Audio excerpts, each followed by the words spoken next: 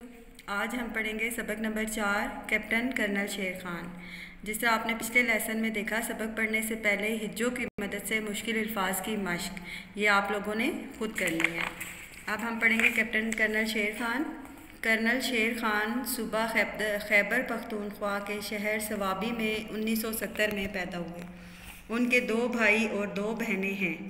आपके दादा की ख्वाहिश थी कि उनका पोता पाकिस्तान फ़ौज में कर्नल बने, इसीलिए उन्होंने आपका नाम कर्नल शेर खान रखा।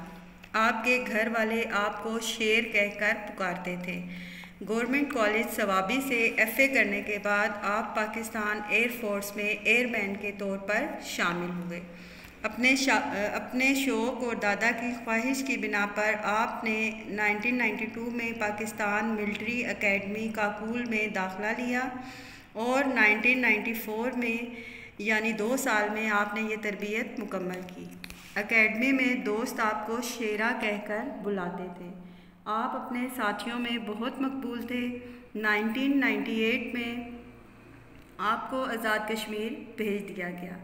आपको कारगिल के महाज पर एक अहम फ़ौजी चौकी की हिफाजत की जिम्मेदारी सौंपी गई। भारतीय फ़ौजी इस चौकी पर कब्ज़ा करना चाहते थे। भारत के 500 जवान अपने अफसरों के साथ मिलकर मुसलसल हमले कर रहे थे। भारतीय फ़ौजी तैयारे भी उनके मददगार थे। कर्नल शेर खान के साथ सिर्फ 21 जवान थे। सब बहुत दिलेरी से मुकाबला कर रहे थे, लेकिन ये मुकाबला बहुत सख्त था। 21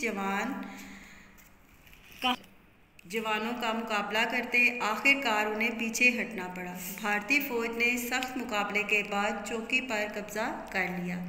इस मुकाबले में पाक फ़ौज का एक जवान शहीद हुआ और कई ज़ख्मी हो गए। शेर खान के एक सिपाही ने उनसे पूछा, अब हम क्या करेंगे? शेर खान ने मजबूत आवाज़ में जवाब दिया, जवाबी हमला। वो सिपाही हैरान रह गया। इन हालात में हमला करना मुश्किल ही नहीं बल्कि नामुमकिन भी था। भारतीय फ़ौज हर लिहाज से पाक फ़ौज के इन चंद मुजाहिदों से ताकतवर थी। उस सिपाही ने हैरान होकर दोबारा पूछा, जवाबी हमला? शेर खान ने जवाब दिया, हाँ, जवाबी हमला। भारत ने हम पर रात के अंधेरे में बहुत बड़ी फ़ौज के साथ हमला किया है। मैं उन पर दिन की रोशनी में अपने इन चंद गिने चुने सिपाहियों के साथ हमला करूँगा। शेर खान इस इलाके से अच्छी तरह वाकिफ़ थे। उन्होंने अपने फ़ौजियों को मुनासिब जगहों पर मुकर्रर किया और हुक्म दिया कि हमला करते ही अपनी जगह मुनज़्ज़म तरीके से बदलते रहना। ये कारगिल मार्के की सबसे छोटी लड़ाई थी। शेर खान और उनके मुट्ठी भर सिपाही अल्लाह की मदद से फ़तह के लिए बहुत पुरउम्मीद थे। वो बहुत जोश व खरोश से हमलावर हुए। भारतीय फ़ौजियों ने भी गोलियों की बौछार कर दी।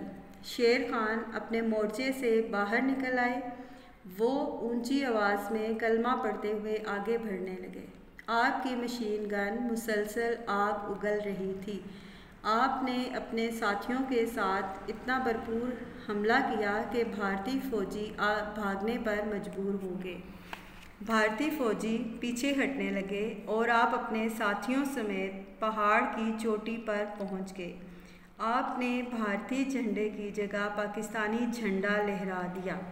कर्नल शेर खान भारतीय फ़ौजियों का पीछा करते हुए उनके बेस कैंप तक पहुंच गए। भारतीय फ़ौजी इस बात पर सख्त हैरान थे कि चंद आदमी इतना बड़ा हमला कैसे कर सकते हैं। उनका ख्याल था कि शायद ताज़ा दम पाकिस्तानी फ़ौज उनकी मदद को आन पहुंची है, इसीलिए उन लोगों ने इतना भरपूर हमला किया है। इतने में अल्लाहू अकबर की बुलंद आवाज़ और मशीन गन की तड़तड़ाती गोलियों के साथ शेर खान कलमा तैयबा पढ़ते हुए भारतीय फ़ौज के कैंप में दाखिल हुए। ये आपका एक बहुत जुर्रतमंदाना और हैरान कुन कदम था। कई भारतीय फ़ौजी आपकी गोलियों का निशाना बने। आखिरकार आपके पास गोलियों का ज़ख़ीरा ख़त्म हो गया। आपको खाली हाथ देखकर भारतीय फ़ौज का कमांडर भी सामने आ गया और आपको हथियार डालने का हुक्म दिया। आपने ऐसा करने से इनकार कर दिया और खाली मशीन गन उसके सर पर दे मारी।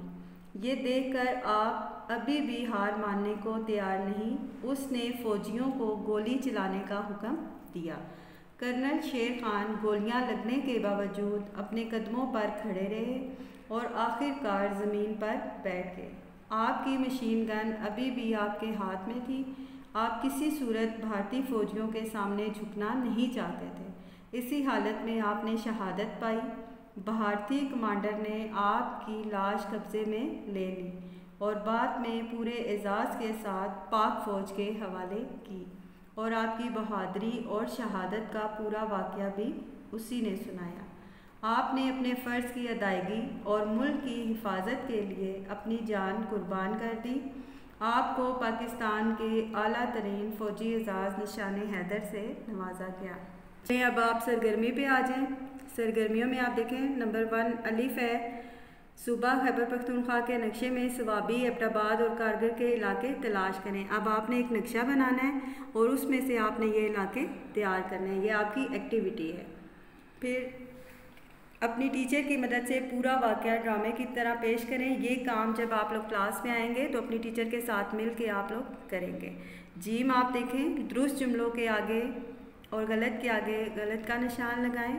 सवाबी सुबह सिंध का शहर है, गलत। नंबर 2 एकेडमी में दोस्त आपको कर्नल कहकर बुलाते थे, गलत। 3 कर्नल आपके नाम का हिस्सा है, ठीक। 4 पे आए, कैप्टन कर्नल शेर खान को 1996 में आज़ाद कश्मीर भेजा गया, गलत। 5 कारगिल के मार्के में शेर खान के साथ 200 जवान थे, गलत। 6 पे आए, गोलियां लगने के बावजूद शेर खान खड़े रहे, ठीक।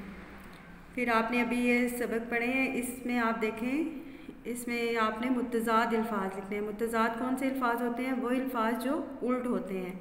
प्यार, नफ़रत, मकबूल, गुमनाम, अहम, गैर ज़रूरी, सख्त, नरम, शहीद, गाजी, ताकतवर, कमज़ोर, अंधेरा, उजाला, फ़तह, शिकस्त, बहादुर, बुज़दिल, मुश्किल, आसान। 6 पे आए, जिन अल्फाज के नीचे ख़त खींचा गया है, ख़त का मतलब है लाइन, यानी जो लाइन लगाई गई है लफ्ज़ के नीचे, उनके मुतज़ाद बनाकर जुमले दोबारा लिखें। मेरी बहन मुझसे छोटी है। अब छोटी का मुतज़ाद क्या होगा? बड़ी। मेरी बहन मुझसे बड़ी है। अली के कपड़े साफ़ हैं, अली के कपड़े गंदे हैं। ये काम मुश्किल नहीं था, ये काम आसान नहीं था। आज मेरे दोस्त की सालगिरह थी, कल मेरे दोस्त की सालगिरह थी। पानी बहुत ठंडा है, पानी बहुत गर्म है। बाकी आपने ये इसी तरह इनको दोबारा खुद लिखना है। मश्क पे आएँ, दिए गए अल्फाज के मायने और जुमलों में इस्तेमाल करें। जुमले आप लोगों ने खुद बनाने हैं, मायने अभी हम आपको बताएंगे। सबसे पहले बच्चों आपने अपनी कॉपी का टाइटल पेज तैयार करना है, अच्छा सा कलरफुल। सबक नंबर 4 कैप्टन कर्नल शेर खान। सरगर्मियाँ उसमें पढ़ाई, अल्फाज मायनी, इमला के अल्फाज, तोड़ जोड़, अल्फाज जुमले और मश्क। सबसे पहले देखिए अल्फाज मायनी, मकबूल, मशहूर, मार्का, जंग, पुरुमीद, उम्मीद रखना, बौछार, बहुत ज़्यादा बरसना, ताज़ा दम, तरोताज़ा, जाम नोश करना, जान कुर्बान कर देना। इमला के अल्फाज देखें, ख्वाहिश, मकबूल, वाकिफ, पुरुमीद, सवाबी, मुहाज। फिर है, आप अपनी बुक का नोटिस खोलें, पेज नंबर 34, उसका बे है सवालात के जवाब लिखें। पहला सवाल है उसका, आपका नाम कर्नल शेर खान क्यों रखा गया? उसका आंसर है, आपके दादा की ख्वाहिश पर आपका नाम कर्नल शेर खान रखा गया, ठीक है। नंबर 2 है, भारतीय फौजी किस बात पर हैरान थे? शेर खान भारतीय फौजियों का पीछा करते हुए उनके बेस कैंप तक पहुंच गए, इसलिए वो हैरान थे। नंबर 3, कर्नल शेर खान ने एयरफोर्स की नौकरी क्यों छोड़ी? इसका आंसर देखें, क्योंकि आप फौजी बनना चाहते थे, इसलिए आपने एयरफोर्स की नौकरी छोड़ दी। नंबर 4 पे आए, कर्नल शेर खान भारतीय फौजियों के बेस कैंप तक क्यों गए? वो भारतीय फौजियों के बेस कैंप को तबाह करना चाहते थे, इसलिए उन्होंने बेस कैंप पर हमला किया। नंबर 5, आप गोलियां लगने के बावजूद क्यों खड़ा रहना चाहते थे? क्योंकि आप किसी सूरत दुश्मन के आगे झुकना नहीं चाहते थे।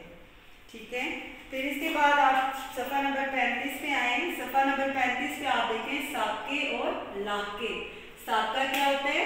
ये आपको उर्दू बी का काम है, या आपने उर्दू बी की कॉपी पे करना है।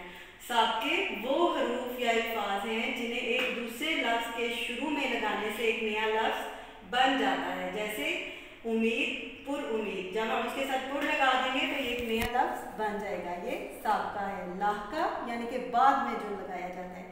किसी लफ्ज़ के बाद हर्फ या लफ्ज़ लगाकर नया लफ्ज़ बनाया जा सकता है। इस तरह के लफ्ज़ को लाका कहते हैं। लाका इस्तेमाल करने से लफ्ज़ का मायने भी बदल जाता है। मसलन हकदार, हिस्सा।